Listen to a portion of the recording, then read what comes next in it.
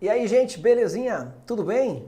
Que massa, né? Nosso encontro da aula passada ali, ficamos um pouquinho enforcadinhos com o tempo, mas, putz, eu tenho vontade de desmiuçar aqueles textos com vocês, mas meu objetivo é apresentar contextualizadamente como as estruturas vão entrando e afetando o texto, tá? Mas assim, sempre que eu terminar a nossa aula com algum texto, você tem uma vantagem, que é essa dinâmica de você poder pausar o vídeo, voltar quantas vezes quiser, pausar na tela do texto, de repente dar um print, aí você olha ela com mais tranquilidade. Só por favor, aqueles alunos que adoram o dicionário e tal, é uma ferramenta incrível, claro, mas se você pegar o vício de a cada vocábulo diferente ou a cada momento se recorrer ao dicionário, lembre-se, você não terá o dicionário ao seu lado durante a prova. Então, você precisa passar por esse processo de se independentizando. Não cria esse cordão umbilical de dependência com o dicionário, não. Você tem que ir se independentizando, exercitando a questão de, claro, a aquisição de vocabulário vem através de muita leitura e tudo mais, mas também,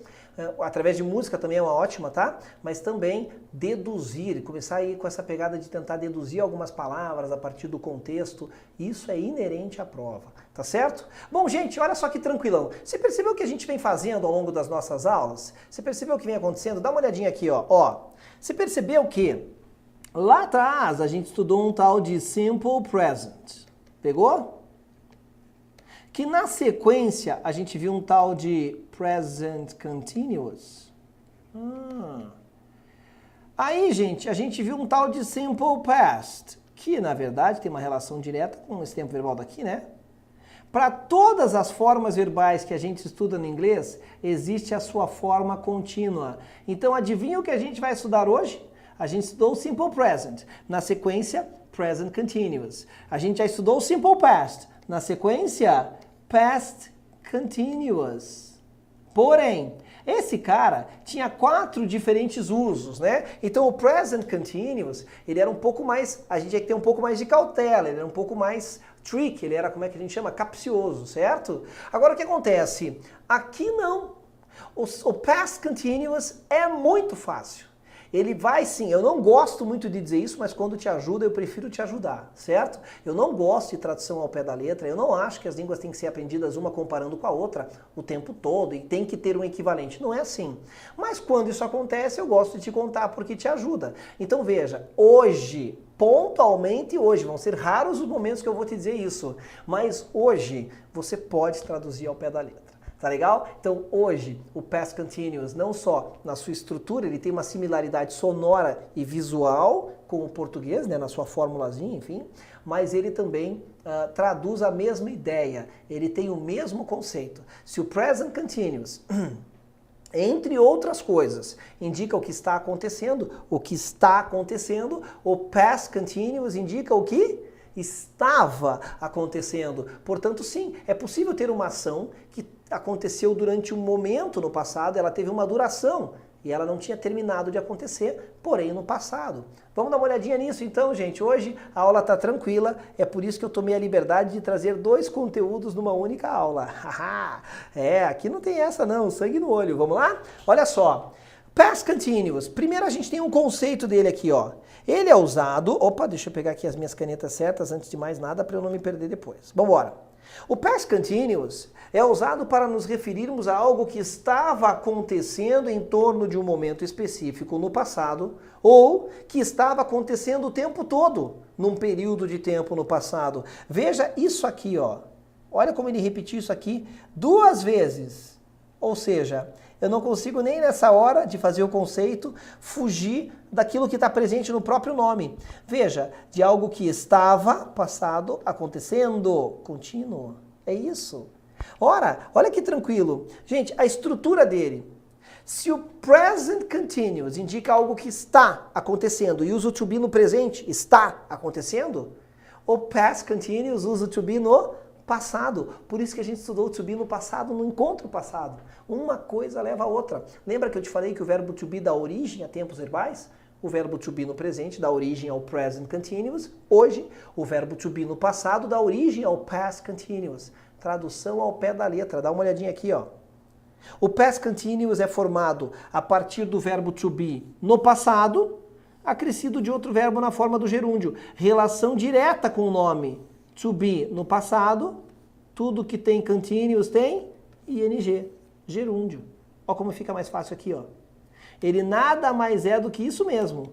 O verbo to be no passado e outro verbo qualquer com ing. É isso que é o gerúndio. É isso que é o contínuo, né? E quem é o verbo to be no passado? Ora, o verbo to be no passado são só dois. Was e were. O verbo to be no presente era um tal de am. Estou escrevendo lá em cima, ó. Is ou are. No passado diminui um pouquinho. É was e were. Então esse tempo verbal, essa estrutura aqui, nada mais é do que a junção de um deles, mais um outro verbo qualquer com ing. Note que novamente eu tenho o quê? Uma estrutura verbal formada por dois verbos, para indicar que algo, verbo to be, ser ou estar, estava, passado, acontecendo. Eu não sou de colocar a tradução da formulazinha aqui, gente, eu pus entre aspas porque é a ideia dela. Mas quando ajuda e quando é possível uma tradução ao pé da letra, eu faço isso. Então, tá aí o que essa formulazinha quer indicar. Algo que estava acontecendo. Nada melhor do que um exemplo para a gente ver. Olha a frase. I was studying when you called me last night. Eu estava estudando quando você me ligou noite passada. Called me, né? Gente, você notou uma coisa aqui, ó? Isso é a estrutura de hoje. Tá aqui. Isso aqui é simple past. No encontro passado eu falei isso. Eu falei o simple past, não só uma estrutura de passado, mas ele acaba coexistindo com todas as outras formas do passado. Então a gente tinha que entender muito bem ele. Tá aqui a prova. O simple past está acontecendo junto com uma frase no past continuous, para indicar justamente isso que eu falei. Ó, eu estava estudando quando você me ligou. Passado. É isso. Então vamos lá? Olha só, agora deixa eu limpar isso aqui, que eu tenho que apertar os meus botãozinhos aqui, ó, que eu já deixo tudo preparado. Olha lá. Verbo to be no passado, was, que é um dos dois, né? Mais verbo qualquer com ing. Tradução literal. Eu estava, tá dizendo a frase, estudando.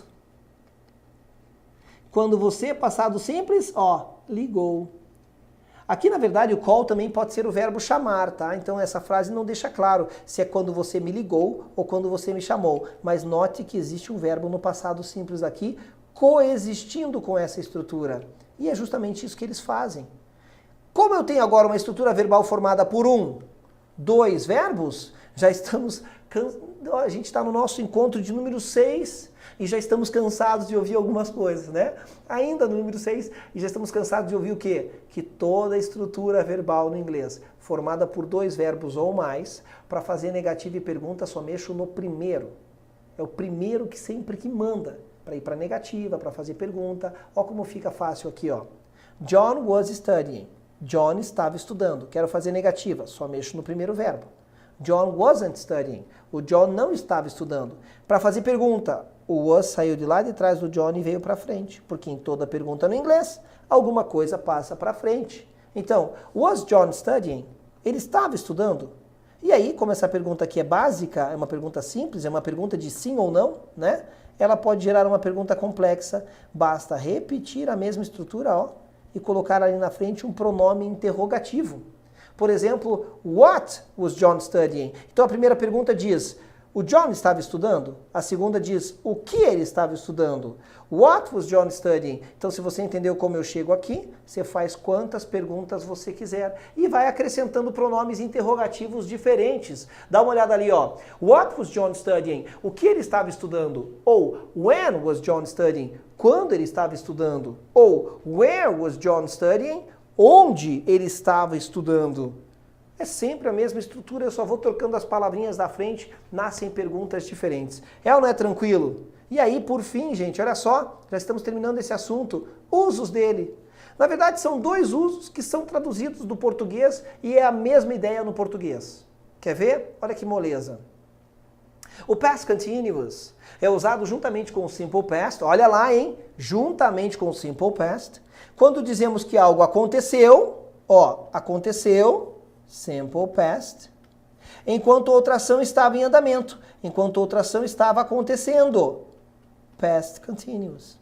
Exemplo, I was taking a shower when Jane called me. Olha esse exemplo. Eu estava tomando banho quando a Jane me chamou, ou me ligou, não importa. Note que eu tenho aqui, ó, olha as estruturas que compõem aqui, ó. Na primeira parte da frase eu tenho past continuous, E na segunda parte da frase eu tenho o verbo no passado, ligados por esse elemento aqui, que é a palavrinha quando, que agora não está sendo usada para fazer uma pergunta. Essa palavrinha está sendo usada como elemento de ligação. É isso. Legal? Olha que tranquilo, gente. Então, a frase significa, eu estava tomando banho quando Jane me ligou. Você notou que dá para você fazer uma inversão? Você pode começar a tua frase daqui, ó, e dizer, Jane me ligou enquanto eu estava tomando banho. Então, na verdade, a ordem aqui não importa. O que eu quero que você perceba é a coexistência desses tempos verbais, validando o que eu havia dito com relação ao Simple Past, que não só ele existe sozinho, mas ele dá umas pinceladas dentro das estruturas dos outros tempos verbais, ou seja, eles coexistem. Tá? E aí, gente, olha lá. O segundo caso também é igual ao português. É para você dizer que duas coisas estavam acontecendo ao mesmo tempo. Olha a definição. O past continuous pode ainda ser usado para indicar duas ações que estavam acontecendo simultaneamente. Ou seja, as duas ações estavam acontecendo ao mesmo tempo. Olha que exemplo molezinha. Bob was studying while Jane was cooking. Olha lá. Bob estava estudando enquanto a Jane estava cozinhando. Note que agora só é possível um elemento de ligação desses dois pedaços da frase. Veja, então eu tenho uma frase aqui, Bob estava estudando, ponto final. Jane estava assistindo TV, ponto final. É isso? Não, cozinhando. Jane estava cozinhando, ponto final. Então, Bob estava estudando, Jane estava cozinhando. A única possibilidade que eu tenho aqui de uni essas frases é através da palavra enquanto. Por quê? Porque depois da palavra enquanto tem que ter uma ação contínua, né? Eu não posso dizer Bob estava estudando quando Jane estava cozinhando. Não. Enquanto Jane estava cozinhando. Aí eu tenho essa ideia de simultaneidade. E vale dizer que se você trocar e misturar, dá na mesma. Você dizer Jane estava cozinhando enquanto Bob estava estudando, mesma coisa. Ou seja, a ordem não importa. Quer uma setinha para você lembrar melhor? Olha aqui, ó. Sempre depois da palavra enquanto, while quer dizer enquanto. Sempre depois da palavra enquanto tem que ter a forma contínua. Sempre, sempre. Então aqui você tem o past continuous coexistindo dos dois lados da frase. Ficou claro lá? É isso. Pronto, assim fica mais bonito o slide. Bem tranquilo, bem fácil, traduzido do português com a mesma ideia e com uma semelhança não só visual como sonora, né? Uma tradução bem pontual, bem literal, do jeito que eu não recomendo, mas quando dá certo, a gente passa para você, tá certo? E aí a gente acabou esse conteúdo, mas já, poxa, não deu nem 15 minutos de aula, por isso que eu fui um pouco ambicioso. Eu fiz o quê? Eu trouxe um outro conteúdo à tona. Antes, então, da gente fazer a passagem do outro conteúdo, que esse aqui é muito fácil, te contar um caos aí, já que a aula de hoje é bastante simples, né? Quando eu fui para a Inglaterra na primeira vez, 1995, ai, faz muito tempo. E aí o que aconteceu? Alguns aí, acho que a maioria não tinha nascido, não sei, né? O que aconteceu? Eu já fui fazer meu primeiro curso para professor em 1995 e eu fiquei numa casa de uma família tradicionalmente britânica e eu não sabia uma coisa. Eu já sabia que eu precisava especificar na minha documentação que eu queria banho todo dia, porque senão eles não iam deixar eu tomar banho todo dia. Então você especifica lá que você quer daily shower. Eu passei por isso, que é banho diário, daily shower. E aí o que acontece? Você paga mais para tomar banho todo dia, até porque a água lá é uma coisa muito cara. A gente não dá valor no Brasil, agora a gente está tendo alguns problemas aí em São Paulo, né? Mas o que acontece? A água é muito cara. Tudo bem. Aí fui tomar banho e não tinha chuveiro. A casa tradicionalmente britânica não tem chuveiro, ela tem uma banheira. Então fui perguntar para a dona da casa, Ollie, era um casal de idosos, né? Falei, Ollie, não tem chuveiro? Não, a gente não usa chuveiro, a gente só usa um chuveirinho. Se você quiser, você engata na mangueira e aí você vai ter o banho de chuveirinho. Tudo bem, foi o que eu fiz para poder tomar banho, porque afinal de contas a água tem que ser corrente, ela tem que levar a sujeira embora. E em 1995, peguei uma onda de calor absurda, foi a primeira vez que eu ouvi falar no tal do El Niño, que era uma mudança climática e atribuída à ação humana, que gerou um calor absurdo na Europa, teve gente que morreu, literalmente morreu de calor. O fato é que eu fui descobrir lá que, certa vez eu cheguei, né, na casa que eu morava, e notei que a banheira estava com uma borda de sujeira em volta dela, assim, como se você tivesse deixado uma água parada suja, depois de algum tempo você esvazia esse recipiente e fica aquela marca da sujeira. Aí eu fui descobrir, gente, que na Inglaterra, naquela época, né? Depois eu voltei em 2001, daí não presenciei mais isso, não sei se mudou. Mas naquela época, é assim na Inglaterra, eles enchem a banheira e todo mundo da família toma banho na mesma água. A começar pelos mais velhos. Então vem primeiro o vovô, depois a vovó, papai, mamãe, filhos por último, na mesma água. Então, tinha dias que eu sabia que eu chegava em casa e ia ter que lavar a banheira para ter coragem de entrar. Eu comprei uma esponja lá só para isso, né? Para ter coragem de entrar e tomar banho de chuveirinho. Então eu sabia, ainda bem que eles não tomavam banho todo dia, daí eu não precisava passar por isso todo dia. Apesar do calor, eles não tomavam banho todo dia. Vamos lá, queridos, então agora para a gente terminar, curiosidades à parte aí, olha só, vamos falar um pouquinho de uma outra coisa muito importante? Bom, isso aqui a gente já sabe, isso aqui é só uma revisão. Tudo que estava, eu só adaptei, tudo que estava acontecendo possui ING, mas nem tudo que possui ING estava acontecendo. Isso aqui é só para você evitar aquilo que a gente havia dito, de achar que tudo que tem ING é uma ação em andamento. O mesmo que valia para o Present Continuous vale agora, então eu usei o mesmo slide, só que lá eu dizia, tudo que está acontecendo tem ING, mas nem tudo que tem ING está acontecendo. Pois bem, agora sim, ó, tudo que estava acontecendo tem ING, mas nem tudo que tem ING estava acontecendo. Então, é só para a gente relembrar, dar uma olhadinha, que o ING às vezes, ó, ele é um elemento substantivador. Que esse smoking aqui é o nome do hábito. Smoking is bad for you. Fumar faz mal a você. Mas às vezes, alguns verbos como like permitem que outros depois deles levem o ING, embora a tradução seja de infinitivo. I like dancing é a mesma coisa que I like to dance, que significa eu gosto de dançar. Então isto é verbo, aqui em cima não era verbo. Smoking é um substantivo, tá? Que aqui faz papel de sujeito da frase, tá certo? Esse ING. Mas alguns INGs são verbos, porém esse verbo é traduzido assim. E a número 3, I am interested in learning French. Regra que não tem exceção alguma no inglês. Toda vez que eu tiver um verbo imediatamente após uma preposição, tá aqui o in, é uma preposição, eu sou obrigado a colocar ing nesse verbo e ele não significa que tenha nada acontecendo. Tá aqui a tradução dele. E finalmente, a gente também já viu que às vezes um adjetivo, ou seja, aqui eu estou falando de filme, o que vem na frente define que tipo de filme é. Portanto, boring é o adjetivo chato. Adjetivo também leva ing, assim como interesting, assim como challenging, que é desafiador, interesting, que o britânico fala interesting, que é interessante, e assim por diante. Então, também é válida aquela regrinha lá do present continuous que a gente dizia aqui, nem tudo que tem ing está acontecendo. Tá certo? A gente não pode achar então que os INGs da prova são todos gerúndio. Legal demais, e aí a gente entra no assunto novo que são conjunções. O que são conjunções? Vai pelo nome, lembra do que eu falei? Criar uma relação com o nome. Conjunção serve para juntar orações. Eu gosto de praia, ponto final. Eu não gosto de areia, ponto final. Só um exemplo. Por que eu vou fazer essas duas frases separadas? Eu gosto de praia, ponto, eu não gosto de areia. Eu posso juntá-las através de uma conjunção que tem a finalidade de deixar meu discurso mais claro, mais coeso e mais bem articulado, mais bonito mesmo. Então eu posso dizer, eu gosto de praia, mas não gosto de areia.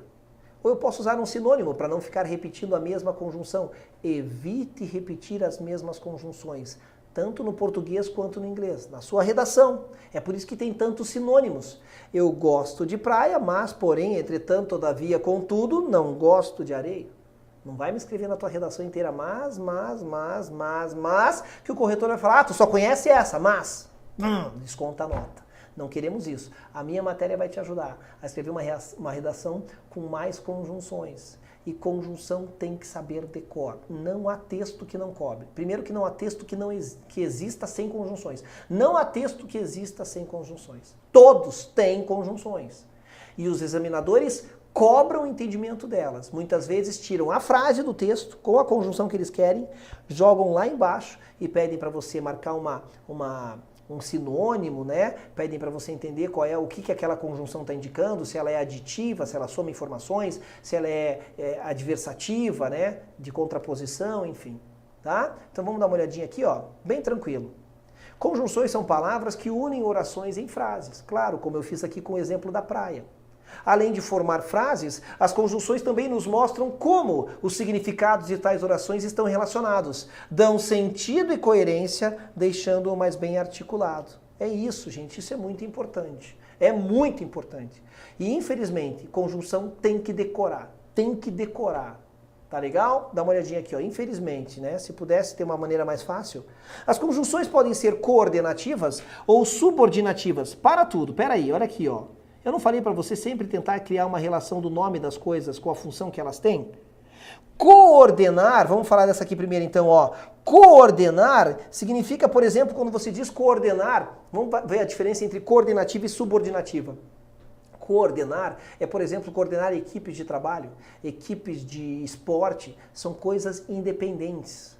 Então, conjunções coordenativas unem frases que elas existem independentes uma da outra. Uma não precisa da outra. Conjunções subordinativas, olha o nome, o que é ser subordinado? Ser subordinado é depender, é responder a alguém, é depender de alguém. Então as conjunções coordenativas unem frases em que uma necessariamente depende da outra. Beleza, criei uma relação com o nome, tio Rê, mas não estou entendendo muito bem isso aí. Então tá, só lembra do nome. Coordenar, são coisas independentes. Subordinativas, uma está subordinada à outra, depende da outra. Vamos ver? Olha aqui, ó. As conjunções coordenativas unem duas orações que são gramaticalmente independentes uma da outra. E aqui eu pus alguns exemplos delas, dessas conjunções. Quer ver? Olha essa frase que está aqui embaixo. I like music, but I don't play any musical instrument. Tudo bem. Olha lá. I like music. Ponto final. I don't play any musical instrument. Vamos imaginar que eu apague essa segunda frase aqui, ó. E só diga a primeira para você. Eu olho para você e falo assim, I like music. Eu gosto de música. Você entende a mensagem? É uma frase independente? Você entende, né? Ah, você gosta de música? Que bom, eu também. Legal. É uma frase que ela existe sozinha. Agora vamos fazer o contrário? Vamos apagar só a primeira. Imagine que eu só te digo a segunda frase, que eu só te digo isso aqui, ó. Esse pedaço aqui que sobrou. I don't play any musical instrument. Eu olho para você e falo, cara, I don't play any musical instrument. Ou seja, eu não toco nenhum instrumento musical. Você entendeu a frase? Você entendeu? Puxa, você não toca no instrumento musical, que pena, cara. Pô, é mó legal tocar um violão, fazer um social. A frase existe sozinha. Ambos os pedaços existem sem o outro. Portanto, elas são orações que são independentes. Se eu quero juntá-las, eu vou usar uma conjunção desse tipo, que é uma conjunção coordenativa. Então eu digo que eu gosto de música, mas eu não toco nenhum instrumento musical. Porque tanto uma frase quanto a outra existem separadamente, uma não depende da outra. Mas conjunções subordinativas. Tem aquela ideia que eu expliquei antes de ser subordinada, ou seja, de uma depender da outra. O que eu vou usar? Aqui tem alguns exemplos delas, mas vamos tentar entender como é que eu identifico que uma não depende da outra. Isso tudo vem pronto para você na frase, tá? Olha só essa primeira frase. I don't smoke. It is bad for my health. Tudo bem. Essa frase está dizendo, eu não fumo, faz mal para minha saúde. Legal, vamos fazer o raciocínio então? Suponha que eu apago essa segunda parte aqui. Apaguei. E só digo para você assim, I don't smoke. Eu não fumo. Você entende a frase? Ela é uma frase que existe sozinha? Existe, tranquila. Ela é uma frase independente. Então, beleza. Então, até agora, achei uma frase independente. Vamos ver a segunda? Vamos fazer o contrário agora. Ó. Agora eu vou apagar essa primeira aqui. Ó. Apaguei. Fiquei só com a segunda frase. Aí eu olho para você e falo ela. Eu falo assim, ó, cara, it is bad for my health. Eu digo assim para você, faz mal para minha saúde. Imagina que do nada, se eu venho para você e falo assim, cara, faz mal para minha saúde. Você vai falar assim, tá louco, Renato? Tá burro? Chupou meia suada e ficou grogue? Como assim faz mal para tua saúde? O que faz mal para tua saúde? Fica faltando alguma coisa, não fica? Eu não posso do nada falar, faz mal para minha saúde. Você vai falar, o que faz mal para tua saúde, cara? Então eu dependo de uma frase que veio antes para que essa faça sentido. Aí eu posso falar assim, cara, eu não bebo, faz mal para minha saúde. Ah, tá, agora eu entendi, ou faz mal para sua saúde, né? Ou eu digo, por exemplo, nesse caso, eu não fumo, faz mal para minha saúde.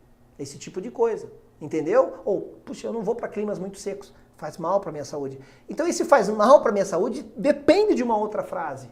Logo, se eu quiser unir ele a uma outra frase, como ele depende, ele está subordinado, eu vou usar uma conjunção subordinativa. Então é isso que eu tenho aqui embaixo, ó. Eu não fumo porque faz mal para a minha saúde. Agora essa segunda frase aqui faz sentido. Ela depende de uma primeira para existir, para que ela faça sentido. E aí você tem uma oração subordinativa. E as conjunções, gente, tá aqui, ó. Infelizmente, eu não queria te dizer isso, mas eu tenho que te dizer. Infelizmente, as conjunções têm que ser decoradas. Se você for lá no Google, lá na internet, qualquer site de busca que você queira utilizar, você vai digitar conjunções em inglês, vai aparecer uma infinidade, tá? Tem mais do que as que estão presentes aqui na minha aula, mas eu trouxe as que mais caem, as mais recorrentes. Infelizmente tem que decorar e tem que decorar todas as suas traduções, não só uma delas. Vou apontar algumas coisas aqui para você ver como é importante, tudo bem? Conjunção é uma palavra que junta orações. Então, aqui nessa tabela, você está vendo as palavras com essa função. Pode ser que você veja a mesma palavrinha aqui num outro assunto. Daí ela tem outra função gramatical. Lembra da nossa primeira aula que uma mesma palavra pode ter várias funções gramaticais. Então, assim, não estou dizendo que essas palavras dessa tabela que eu vou te mostrar só significam isso. Mas hoje nós estamos vendo elas na condição de conjunções, que também tem outros nomes, perdão, quase que eu esqueço de te falar. Podem ser chamadas de conjunctions, de connectors e de linking words, que tem a ver com link, que é a palavra de ligação. Link é ligar, né? A gente usa na internet esse termo. Então veja, aqui a gente tem algumas delas com algumas traduções, tá certo? Todas são importantes, desculpe, mas todas são. Legal? Então tem que decorar esses carinhas aqui. Note que na sequência aqui, ó, da minha tabelinha aqui, ó, olha esse since aqui, eu vou terminar a aula com ele, olha esse since. Todo mundo sabe que since é desde. Todo mundo decora isso, porque às vezes tem nome de bar aqui em Curitiba, eu tô falando com vocês de Curitiba, tem aqui bares, daí o cara põe o nome do bar, a placa linda, daí ele põe assim, desde não sei quando, eles põem em inglês, since não sei que data. Marca de roupa também tem isso, né? Since não sei que data. Todo mundo sabe que since é desde. Por 3 vezes a mesma instituição, que era um pré-vestibular, então o teu Enem ele é formatado baseado no vestibular, na prova de língua estrangeira eles são muito parecidos, tá? Por 3 vezes uma instituição federal cobrou você saber que since é isso aqui, ó. O since significa porque, olha só, o since significa porque. Então você pode dizer o seguinte, ó, vou abrir a porta, I will open the door because it is hot here. A frase está dizendo, abrirei a porta porque está quente aqui. Coloquei uma conjunção para juntar as duas frases. Abrirei a porta, está quente aqui. Está quente aqui é uma frase que depende da outra. Note que esse because ele pode ser substituído pela palavrinha since. E foi isso que um vestibular cobrou, gente. Uma instituição federal. O cara pegava a frase do exercício, que tinha o since já no texto, significando porquê, e colocava lá embaixo no enunciado do exercício e falava qual palavra substitui o since, mantendo o mesmo sentido da frase. Um monte de gente foi nessa desde, significa desde, dançou. Olha que loucura, este since significa a mesma coisa que porque, que significa a mesma coisa que for. Então essa frase pode ser dita assim, ó, I will open the door since it's hot here, ou I will open the door for it's hot here. A gente tem que parar de achar que o for é a preposição para. Ah, isso é para você, this is for you. Não, ele pode significar porque. E dá uma olhadinha aqui, ó, na nossa tabelinha, você vai ver, ó, tá? O since significando porque ou já que. Deixa eu ver se eu coloquei o for antes. Não coloquei. Você pode acrescentar aqui do ladinho do since, vamos por aqui embaixo, ó, vale a pena, que o for, como conjunção, ele significa porque. Mesma coisa lá, esses dois aqui, ó, já que. Mesma coisa. Por que eles cobram isso? Porque muito mais pessoas acham que o for só é essa preposição para você, for you. Não. Nós estamos em outro nível do nosso inglês aqui, bastante aprofundado. E aí, gente, hoje a gente não tem nenhum textozinho, ficam essas tabelinhas para você ir pausando o meu vídeo, olhando ali.